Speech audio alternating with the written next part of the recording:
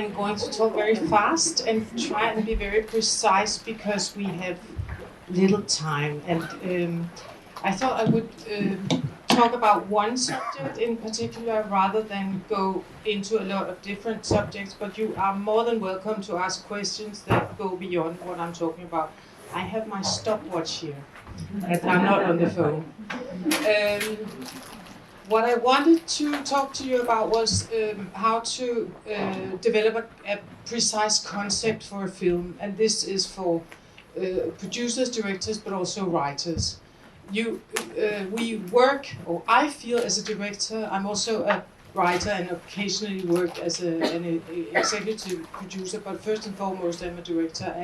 And over the years I've seen an increasing need to be able to present your project very early on, visually and in terms of finding a specific language, film language for exactly the project you are presenting.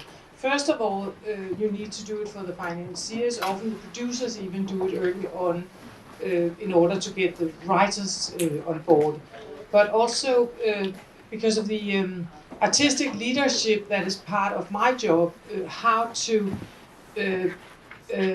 communicate very quickly the kind of film that I plan to make, so that whoever else is involved, that the ideas they come up with are quite precise, and that I can pick and choose and get inspire people and get the best ideas, but that the ideas people give me are kind of bespoke or tailored for the film that we're making.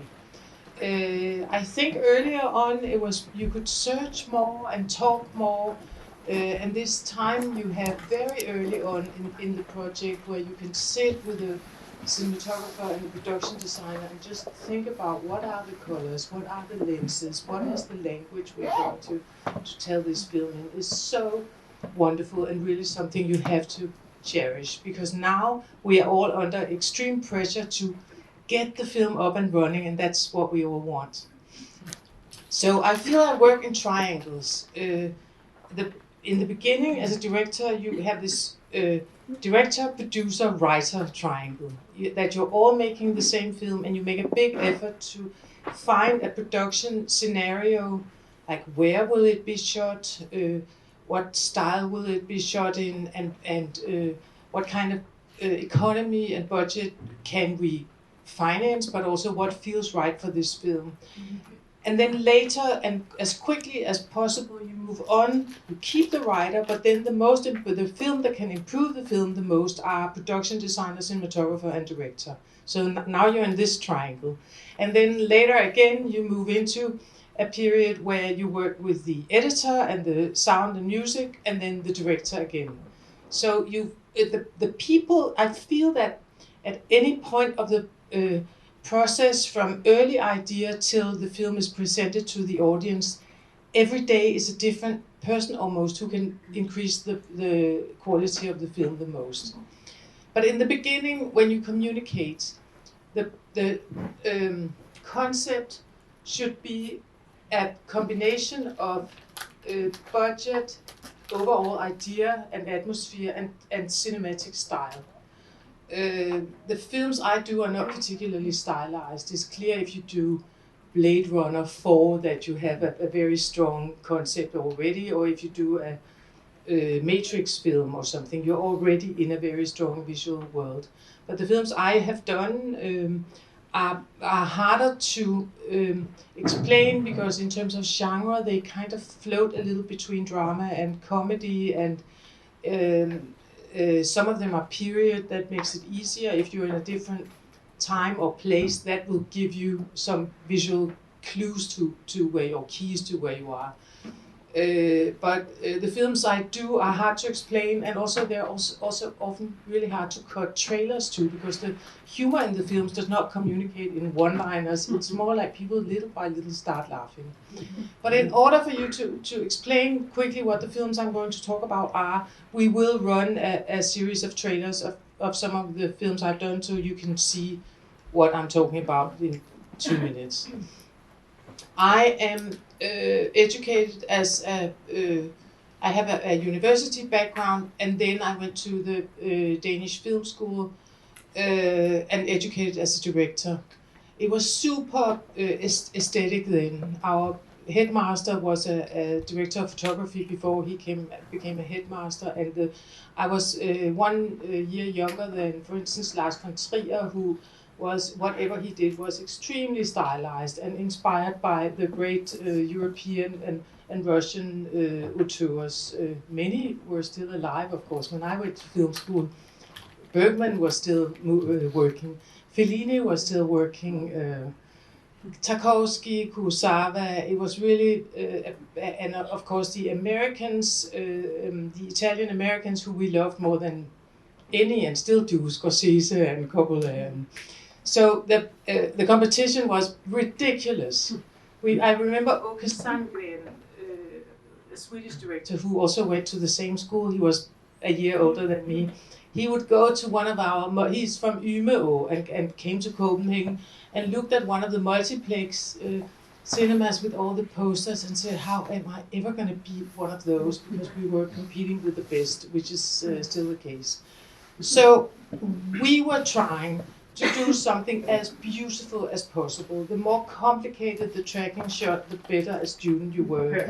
And it meant that I, who had a lighter style and a kind of looser brush and a less perfectionism to my work, had took much too long to find my voice. Because the things that I were good at, it was kind of, nobody could see that. So the first films I did 2 or 3 feature films, were kind of wannabe, very aesthetic, and they are quite beautiful, but they are tonally not where I later found out that I belong. And whenever I talk to young directors and they ask what's the best advice you can give me, I think it is partly to find your voice early. Not try to copy anybody, but try to find your own original view and voice. So you don't waste too much time doing projects, doing films you don't really are not deeply related to. The 2 other advices would be, or pieces of advice would be to choose your battles. It is endless compromising to be a filmmaker, and finally to keep your expenses low, because that buys you artistic freedom. But then came Dogma, and Dogma was a very liberating. Lars von Trier and Thomas Vinterberg, who are the most prominent of the 4 Dogma brothers, did films that were, in a way, the films themselves were liberating. Lars von Trier did The Idiots, which was a film about people behaving like idiots, handheld, out of focus, the sound is terrible, and people who stripped naked and ran around and actually did what he was doing as a director also, getting rid of the Tarkovsky aesthetics that he much later came back to, and doing something that was much more personal and much more wild, and where we could like follow the actors out the door if they wanted to, and in parallel, Thomas Vinterberg, who was this beautiful kin looking, very popular, younger than the rest of us, did Festen, Celebration, where a man stands up and says somebody nobody wants to hear. He gives a speech at his father's birthday talking about how he was abused by the father as a child. And this, Thomas Vinterberg did the same thing, stood up and told a story nobody wanted to hear, in parallel with his own main character. And that liberated him as a director. He found a much more psychological, serious, emotional Thomas Vinterberg than the more kind of French film stylized director that he was before then. And since then, the films he has done in Denmark, the smaller films, more personal films, are in many ways much more moving than the more prestigious European or international projects. I was the first sister in the Dogma movement, and the film I did I thought, okay, a friend of mine remembers that I said, if this film doesn't work, I'm going to stop and find a different job because I can only keep trying so long. And I wanted to do something about things that I just liked, something more personal in a quiet place. Venice has no cars, and just pursue themes that were partly themes I knew something about, like I had worked in a baker shop and one of the characters works in a baker shop. A lot of the Mac jobs, as they're called in this film, were jobs that I had had.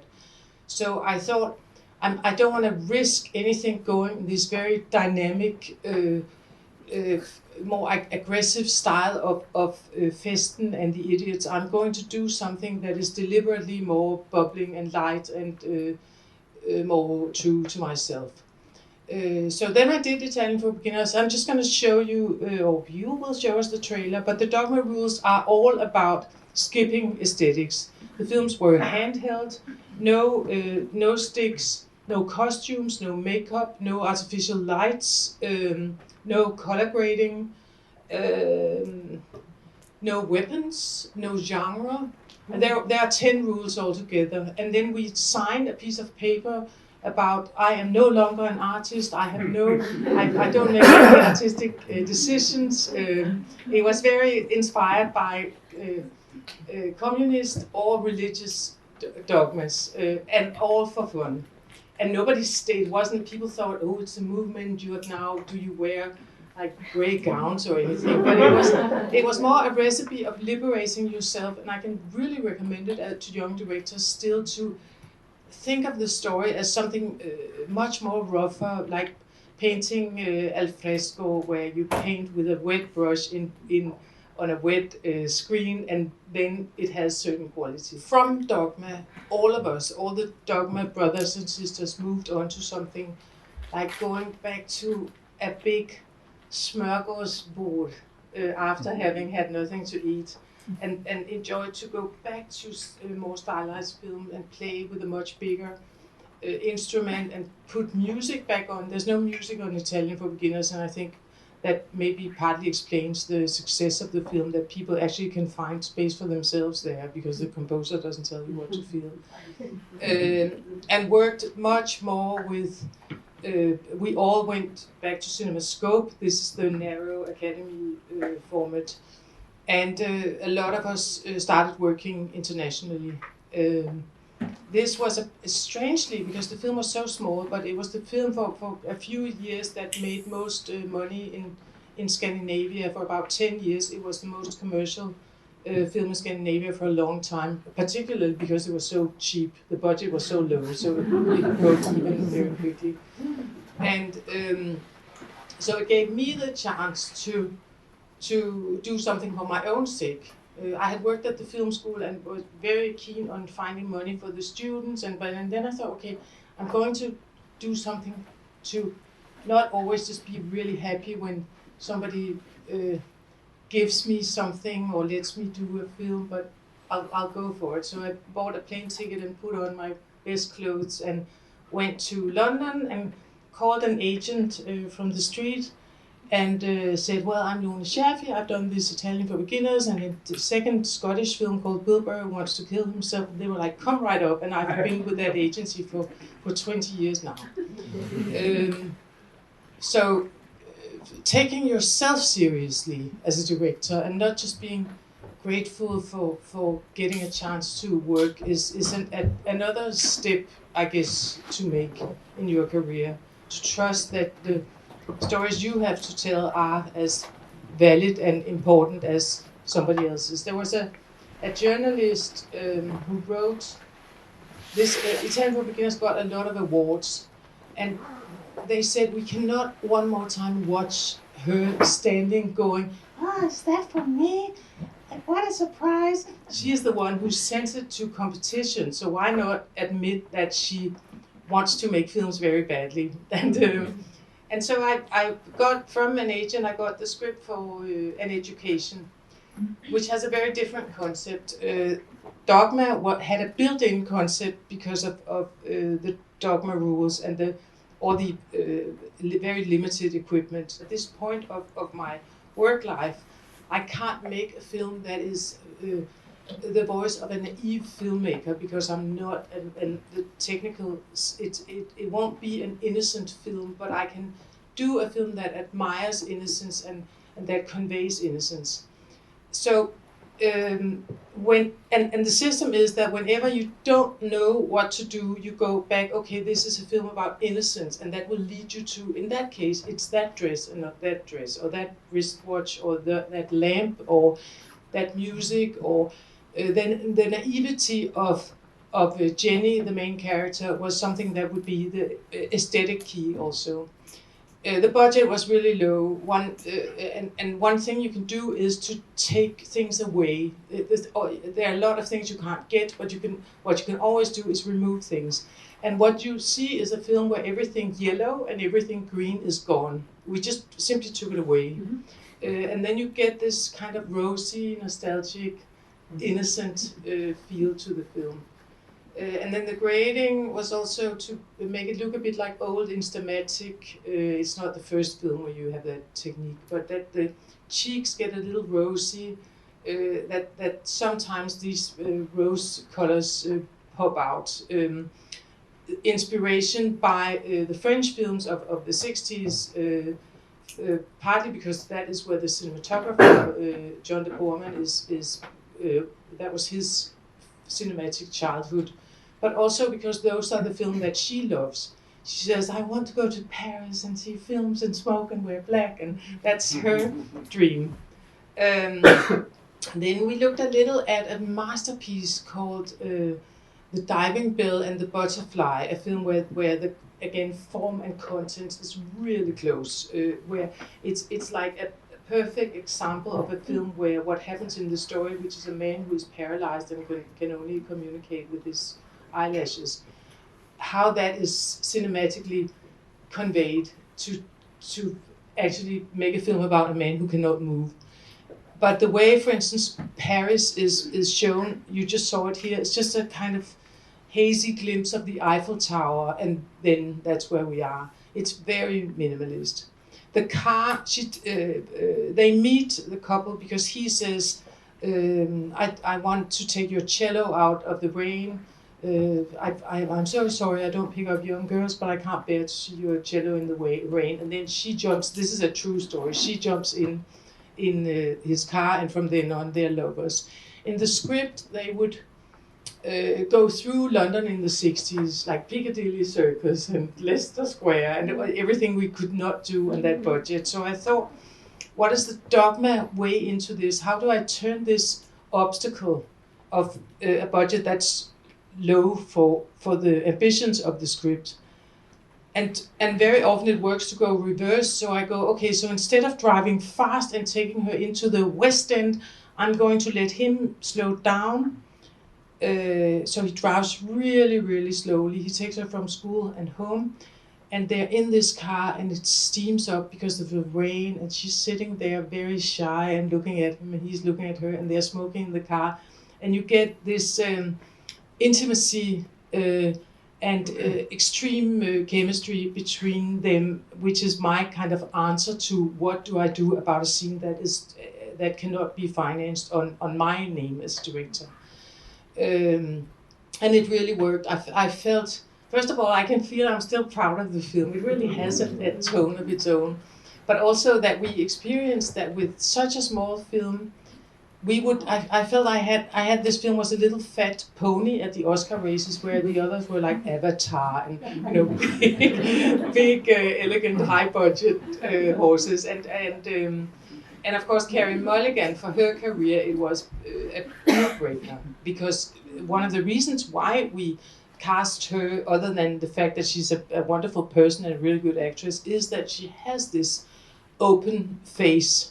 Because I was going to show things with her eyes, that the camera is very often subjective from her. I know that all of you have seen a nightclub, but you have to see a nightclub for the first time the way she sees a nightclub for the first time. So that was another key to the story. And then now and then the camera is also handheld and also always moving a little bit. in order to get this sense that everything is breathing, that it's a very kind of also innocent camera style. I'm just going to move on to the Riot Club. Then I got a different film, which is about Oxford Elite 10. This was a play that I saw in London when looking for young men for a film I did in between called One Day. I'm not going to show you that because that is just high budget mainstream, and it looks like a lot of other films actually. But the Riot Club was a film about class. About the class system and how elitist it is, but also that with these 10 boys within, even them who are dressed the same because they go to this annual thing in what are they called, white tie and tails, and smash things. It's based on a real club, the Bullingdon Club, which at this point was even the Prime Minister and the Chancellor and the Mayor of London were all in this club when we shot the film. So class was one key. Class down to whether you tie your shoelaces straight or with little crosses, all the codes for class. But also the seduction of class, that you have a nation in England where a lot of people are so seduced by upper class and by the royal family, for instance, that they love it and they would vote conservative even if they live really rotten lives because it is so charming and seductive, and they are so knowledgeable and they get the best education, and also they hide their wealth. It's much more extreme than what you experience here. Whenever you are in England, there will always be an upper class, middle class, lower class solution to any restaurant, any theater, airports, everything. There's always a class system, and you're always reminded about where in it you belong.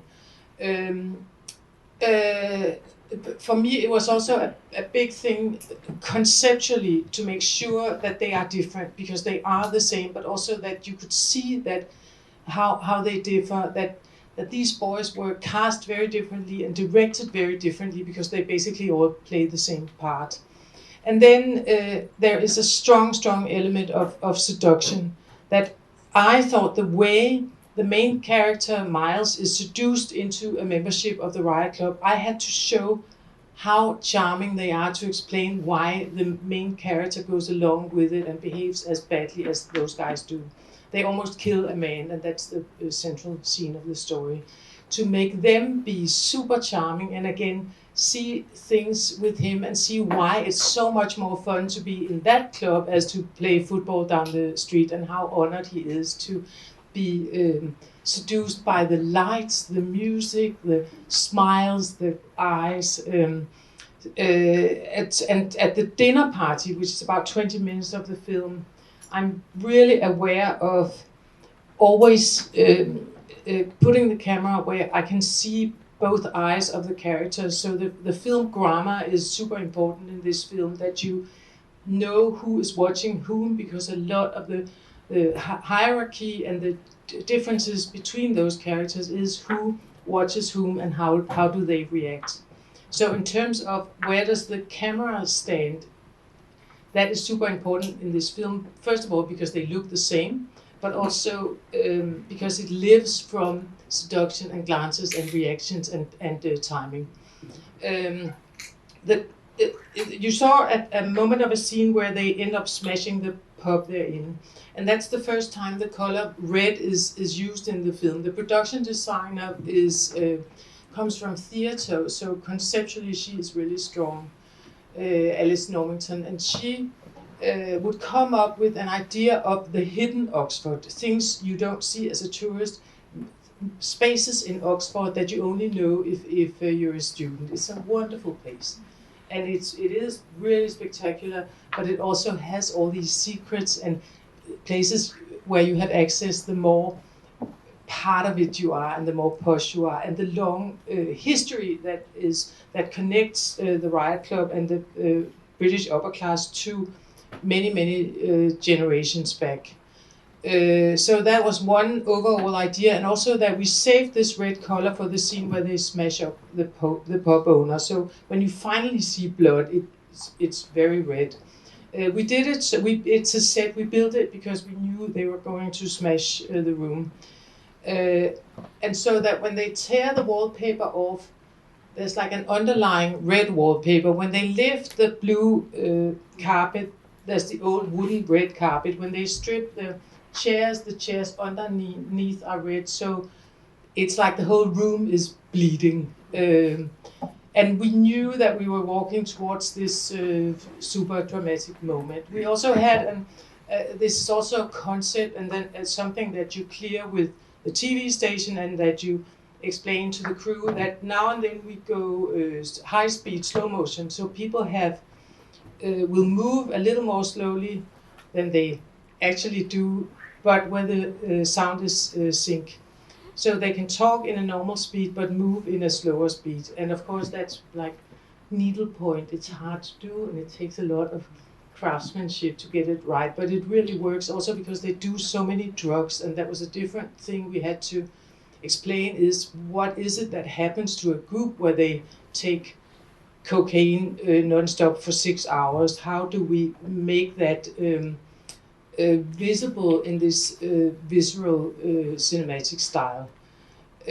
So the keys, the visual keys work quite simple. Secrecy, the color red, going slow-mo sometimes with the camera.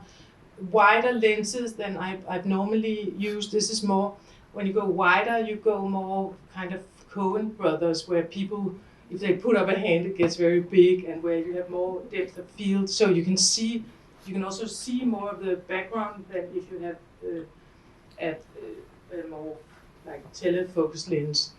And the same thing actually in education. Those are 40 millimeter lenses most of the time, which is the lens of the French Nouvelle Vague. They would shoot entire films on that lens. It's quite easy, and it's a thing you really have to learn about as a younger filmmaker, how to use the lenses, because they are our adjectives or whatever. Let me just stop for questions before I move on. Anybody want to ask anything, or should I just go? Yeah. I'd like to hear more about your script writing process.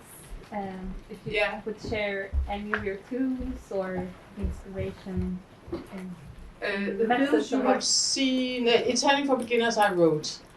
An Education in the Riot Club, I have collaborated with existing writers. An Education was written by Nick Hornby, who is a well-known UK novelist, and he, interestingly, the BBC would praise him for doing very seamless notes, meaning that they would say things should be changed in the script, and then he just changed a word or two, and then they thought, okay, now it's spot on. The tradition in the United Kingdom is that the commissioning editors have a literary background, very often from Oxford or Cambridge. So if it's in words, whatever you want to say, they're very they make a big effort to find out whether what you need information is scripted. So coming back and say it may not be there, but it'll be told in pictures, in the way you can only say things with film. That doesn't quite work. It has to be like, if it's not on the page, it's not on the stage. And where the European tradition is a lot, you have generally bigger faith in the imagery. But with these, the Riot Club was a stage play that I went to see twice, and then I asked, I tried to find out who has done it, and has anyone bought the rights, and if they have bought the rights, will you let them know that I am interested in doing a film adaptation. And it turned out that the writer, Laura Wade, had mentioned to them, maybe it was an idea to get Lone to direct this film. So she and I had a really good collaboration from the beginning, because I respect her so much, and she knows her material really well. They have staged it a few times, but she had never made films. So explaining how you can make, you can jump in time and space, and And there's a big timing issue that stage directors don't understand how long things sometimes take on film. Like while she puts her clothes on, she says one line, and then you go, but then the audience has to wait for that she puts one shoe on, a second shoe on, and the timing itself is often tricky for especially fiction writers. And also the things that are not told, there was a lot of that in an education with Nick Hornby, that he didn't quite understand that if something is not there, it's on film, it's just not there. You don't think, where is it? Or you saw a moment where Jenny, Carey Mulligan, is sitting with her friends crying in their space, which was a scene we added because he thought, if they're not in the film anymore, you will understand that they didn't want her anymore. But that's not how you can't say something that's not there. If you have an empty station, there has to be a man who's sweeping or a newspaper that's flying or something. You don't read it as here is an empty station. You just read it as here is a platform. And that's a big thing, an ongoing thing I've had with many writers. But often I collaborate with them really detailed. I write notes, but my attitude is that that the writer is the most important person, and if I have ideas and thought and they don't want them, they can let them go. Which also means that I from now on, I've made the mistake a few times to be interested in scripts and to direct scripts that it turns out that I don't really respect the writer and believe that they can do a better job than I could have. I have to love what they stand for and the solutions they come back with, because otherwise I may end up with a film that is good and that people like, but I'm stealing their script. So that's another thing I've learned over the years, that I have to really respect their decisions, and they have to trust me when I say, which I truly believe, that the writer is the most important person on a film, and that it's the hardest thing is to write a good, original, interesting, touching, especially plotted, well-plotted script.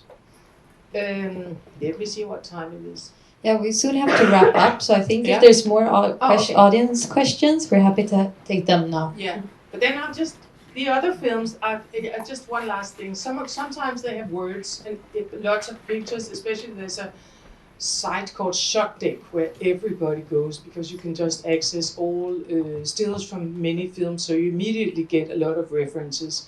But also I have other films where it's not a word or some images, but where it could be a grid, like a graphic explanation of where I want to go. So I have like a visual key, or one image even, where I say this is where we're going, or music, but a pack, so I can walk into a room with people I often don't know and tell them this is where we're all going. This is what, and how can we find a language together? Because I really like working with new people and getting as many ideas as I can from them. But now when I look at this, I know that I have to go back and work with the director of photography who did the bride clothes. So I hope it's true. Sorry.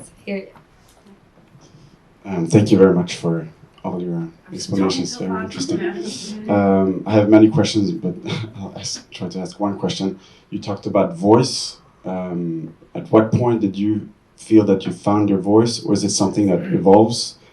And also, what's the relation with your voice and the script? Because that's the voice of the film as well. So what is the voice and the vision of a director, or is it how you interpret the script? So one thing is that it helps to get older, that I trust my own moral judgment. And I think that was harder when I was younger, to trust that if I think this is right and that is wrong, I know that the kind of humanistic message that are in those films is something that I can, that I won't regret or be ashamed about later, or that couldn't stand in court. That helps to get that confidence, that I feel that I really want to communicate something that where the where the screen sees the audience. Because that's the films I'm making. You're not sitting there admiring, wow, how beautiful costumes are in. It's more the other way around. And then the tone in the films, you can't see that now, but it's there's very often humor at strange times. Italian for Beginners, for instance, there are actually 5 people who die in the first 20 minutes. It's a film about sorrow and mourning. And the new film I've done, which is presented here at the festival, is about a mining society in Chile in the 60s, which is so remote from how I grew up, because it's really, really working class and a completely different country. But to trust that I, even there, can bring humor to the table. And that I've been standing with producers going, I am the humor police on this film. Don't tell me if it's fun or not. Because sometimes I do make jokes that turn out to not be fun and people don't laugh. But often they work in the cinema where people have said it's never going to work and why are they saying that? But to decide when is humor inappropriate, when does it not work, because humor is really low-hanging fruits, especially if you work with actors who are comedians. They can create humor in any situation and just go have a quite certain, not to be seduced by humor and not to pick any of the low-hanging fruits, but have a feeling for when is it fun or not. That also helped me have a voice, to trust that I could actually make people laugh and I could make them cry. When I was really young, it was my mother. I knew my mother died while we did an education, but I knew that she was a super sensitive and very funny person. So I could feel is it going to work for her? Because then I knew if she would cry or leave the room or start laughing. So she was kind of my barometer when I was younger. But I also test a lot. I have, even in my contract, I have test screenings. Testing it, of course, it's what you ask people. What do you want to know? But also, how do you react to the answers? Do you intend to go, well, they're wrong, we're just going to throw away the test? But sitting in the room will make you understand if the jokes work or not, and if films get emotional. On education, we had a test that was later, a test system where you can rent 80 iPads, and then you have 80 people in the audience with a truth detector on their finger. And we could see when Carey Mulligan in the car with that I talked about earlier, when she leans in, hoping for the first kiss, then we could see all the iPads go. And we tried the same thing without music, and then there was less. The music actually was, because I remember asking the composer to create even more tension in this car. So it is like violin tremolo, which is, and it was so clear that you could kind of graphically just say, okay, fine, now we know that this works in people's bodies even. And of course that, or the confidence is good. If you're too shy and you lose your artistic courage, it's not going to help you. You have to run some artistic risks, and I make a lot of compromises, and of course it makes the film go in on budget, and it gives you the next job that you can actually deliver what's expected. But I feel when I look back that I've compromised too much, that in too many cases I should have said, now if we do this it will be a much worse film. Let's go back to the script and tear out some pages or something to make ends meet. The budgets in Denmark are generally, I think, lower than here, so it's even harder. Well, I think we have to wrap up today, but thank you so much, Lone, for sharing all your